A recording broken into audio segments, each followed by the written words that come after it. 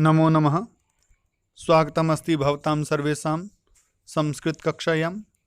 अद्य द्वादशकक्षायाः द्वितीयः पाठं स्वीकृत्य अहं भवतां सर्वेषां समक्षे उपस्थितोऽस्मि।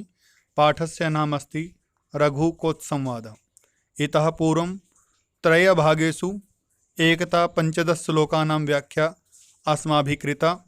अद्य चतुर्थे भागे 16 श्लोकतः 20 श्लोकपर्यन्तं वयं व्याख्यां करिष्यामः।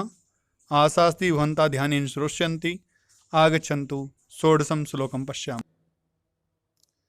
स त्वं प्रशस्ते महिते मदीये वसंश्चतुर्थो अग्निरीव अग्न्यगारे धृत्रण्यर्हसि सोढुम् अर्हन् यावदेते साधितुं त्वदर्थम्। अन्वयः स त्वं मदीये प्रशस्ते।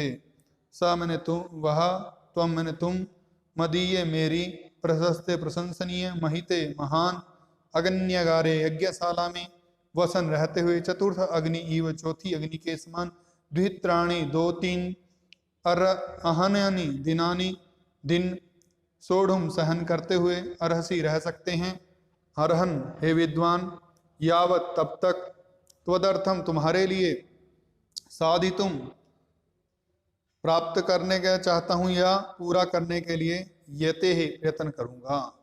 भावार्थ देखिए, श्लोक का अर्थ देखिए। ऐसे तुम आप मेरी प्रशंसनीय सम्माननीय यज्ञशाला अर्थात अग्निशाला में ठहरते हुए चौथी अग्नि के समान पूजनीय होकर 2-3 दिन सहन कर सकते हो।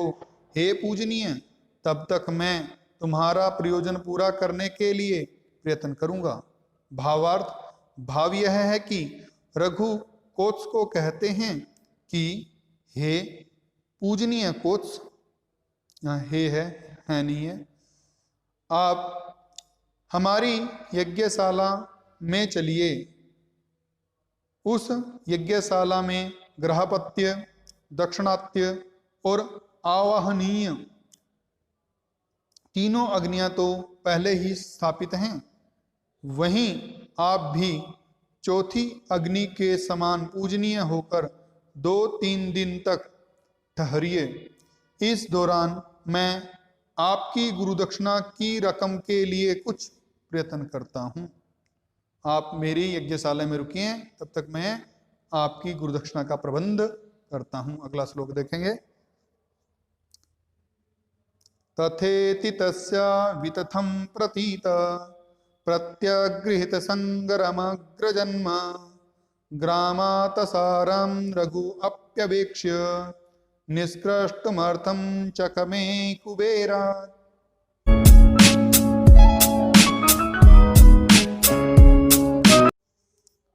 श्लोक की व्याख्या अन्वय देखें।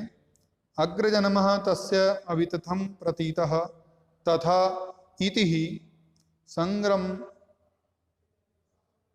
प्रति अगृह्यत रघु अपि गाम आतसारम अवेक्ष्य कुबेरात् अर्थम निष्कृष्टुम चकमे। तथेति ऐसा ही है या ऐसा ही हो, ठीक है। तस्य रघु की, उस रघु की, अवितथम सत्य को, प्रतीता प्रतीत हुआ, प्रत्यगृहित मान ली, संग्रम प्रतिज्ञा को, अग्रजन्मा ब्राह्मण कोत्स ने, गाम भूमि को, आतसारम जिसमें सार न हो, धन रहित पृथ्वी को, अवेक्ष्य देखकर, निष्कृष्टुम लेने के लिए, निकालने के लिए, चक में इच्छा की, कुबेरात कुबेर से। सरलार्थ देखिए। सरलार्थ यह है, यह सुनकर ब्राह्मण कोत्स ने राजा रघु के सत्य को समझ लिया। ऐसा ही हो, इस प्रकार की उसकी राजा रघु की प्रतिज्ञा को ग्रहण कर लिया, अर्थात स्वीकार कर लिया। रघु ने भी भूमि को धन रहित देखकर धन के स्वामी, यहाँ स्वामी लिख रहा है, स्वामी है, धन के स्वामी कुबेर से धन लेने की इच्छा की, अर्थात रघु ने निश्चय कर लिया कि कुबेर से कोत्स की गुरुदक्षिणा के लिए धन लिया जाए। भावार्थ भाव यह है कि महाराज रघु की बात सुनकर कोत्स को प्रसन्नता हुई और उन्होंने रघु की बात स्वीकार कर ली। रघु ने भी देखा कि पृथ्वी पर तो धन है ही नहीं, अतः उन्होंने निश्चय किया कि कुबेर से धन ले लिया जाए। अगला श्लोक। प्रातः प्रयाणाभिमुखाय तस्मै सविस्मया कोशगृहे नियुक्ता हिरण्यमयीं कोशगृहस्य मध्ये वृष्टिं सशंसो पतितां नभस्त।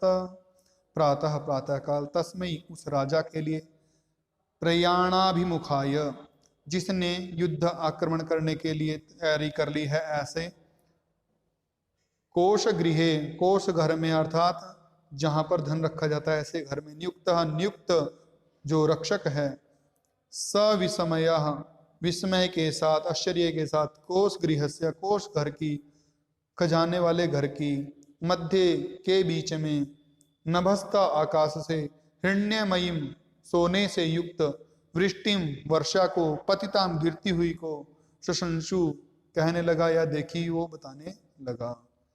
भावार्थ श्लोक का अर्थ देखिए। जब महाराज रघु प्रातःकाल धनपति कुबेर पर चढ़ाई करने के लिए प्रस्थान करने वाले थे, तभी उसके कोषागार में नियुक्त रक्षकों ने आश्चर्य से युक्त होकर कोषगृह के मध्य में आकाश से सोने की वर्षा होते हुई देखी कही। भावार्थ भाव यह है कि जैसे ही रघु कोत्स के लिए धन लाने के लिए धन के स्वामी कुबेर पर आक्रमण करने के लिए प्रस्थान करने वाले थे, वैसे ही उनके कोषागार में के रक्षकों ने कोषगृह में सोने की वर्षा होने की सूचना राजा को दी। अग्रिम श्लोक।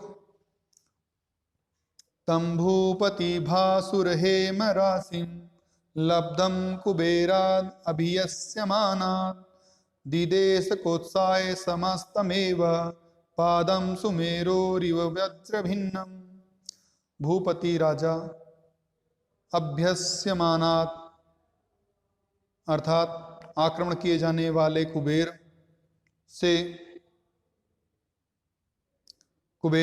से लब्धम प्राप्त, तम उसको, भासुर हेम राशिम चमकती हुई सोने की राशि को, वज्र भिन्नम जिसको वज्र नामक आयुध से काटा गया हो, सुमेरु नामक पर्वत के, पादम खंड को टुकड़े को, ईव के समान टुकड़े के समान, समस्तम एव सारा ही, कोत्साय दिदेश कोत्स के लिए दे दिया। सरलार्थ देखिए।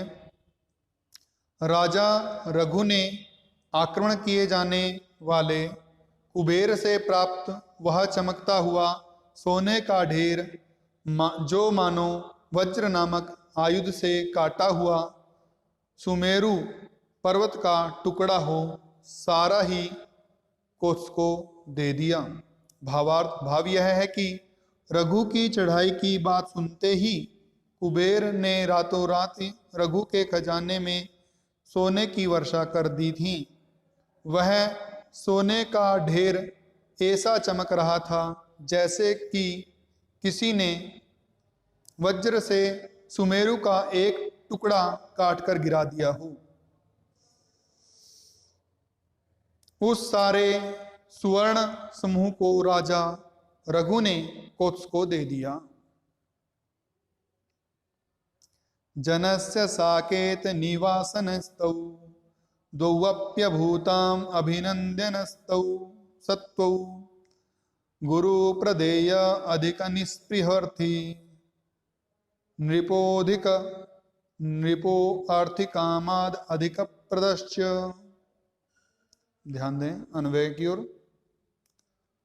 गुरु प्रदेया अधिक निस्पृही अर्थी, गुरु को देने से अधिक न लेने की इच्छा वाला याचक, अर्थी मांगने वाला। अर्थी कामात, अर्थी मैंने याचना करने वाले की कामना से अधिक प्रदश्च, अधिक देने की इच्छा वाला नृप राजा, च और तौ वो दोनों, दो दोनों ही, अपि भी साकेत निवासन्यौ अयोध्यावासी लोगों के द्वारा, जनस्य जनों के द्वारा, जनों का अभिनंदन्य सत्व प्रशंसनीय व्यवहार वाले अभूतांग हुए। भावार्थ, श्लोक का अर्थ देखिए। गुरु को देने से अधिक द्रव्य को न लेने की इच्छा वाले याचक कोत्स तथा याचक को कामना से अधिक देने वाले राजा रघु, वे दोनों ही अयोध्या में रहने वाले लोगों के द्वारा प्रशंसनीय व्यवहार वाले हुए। भावार्थ, भाव यह है कि कोत्स की संतोषी प्रवृत्ति और राजा रघु की दानवीरता की भावना को देखकर अयोध्यावासी उन दोनों की प्रशंसा करने लगे। सोने के ढेर को देखकर कोत्स ने कहा, मैं इतना सोना लेकर क्या करूंगा, मुझे तो गुरुदक्षिणा चुकाने भर का धन चाहिए। परंतु रघु ने कहा कि यह सारा धन आपका ही है। इस प्रकार एक तो इतना संतोषी की आवश्यकता से अधिक एक कौड़ी भी लेने को उद्यत नहीं था, और दूसरा इतना बड़ा दाता था कि मांग से कहीं अधिक धन देने पर तुला था, अर्थात अधिक से अधिक दान देने के लिए तैयार था। इस प्रकार आज हमारा ये पाठ संपन्न हुआ। आपको यह पाठ समझ में आया होगा, ऐसी अपेक्षा करता हुआ आज की वीडियो में इतना ही। धन्यवाद। जयतु संस्कृतम, जयतु भारतम, पुनः मिलामः।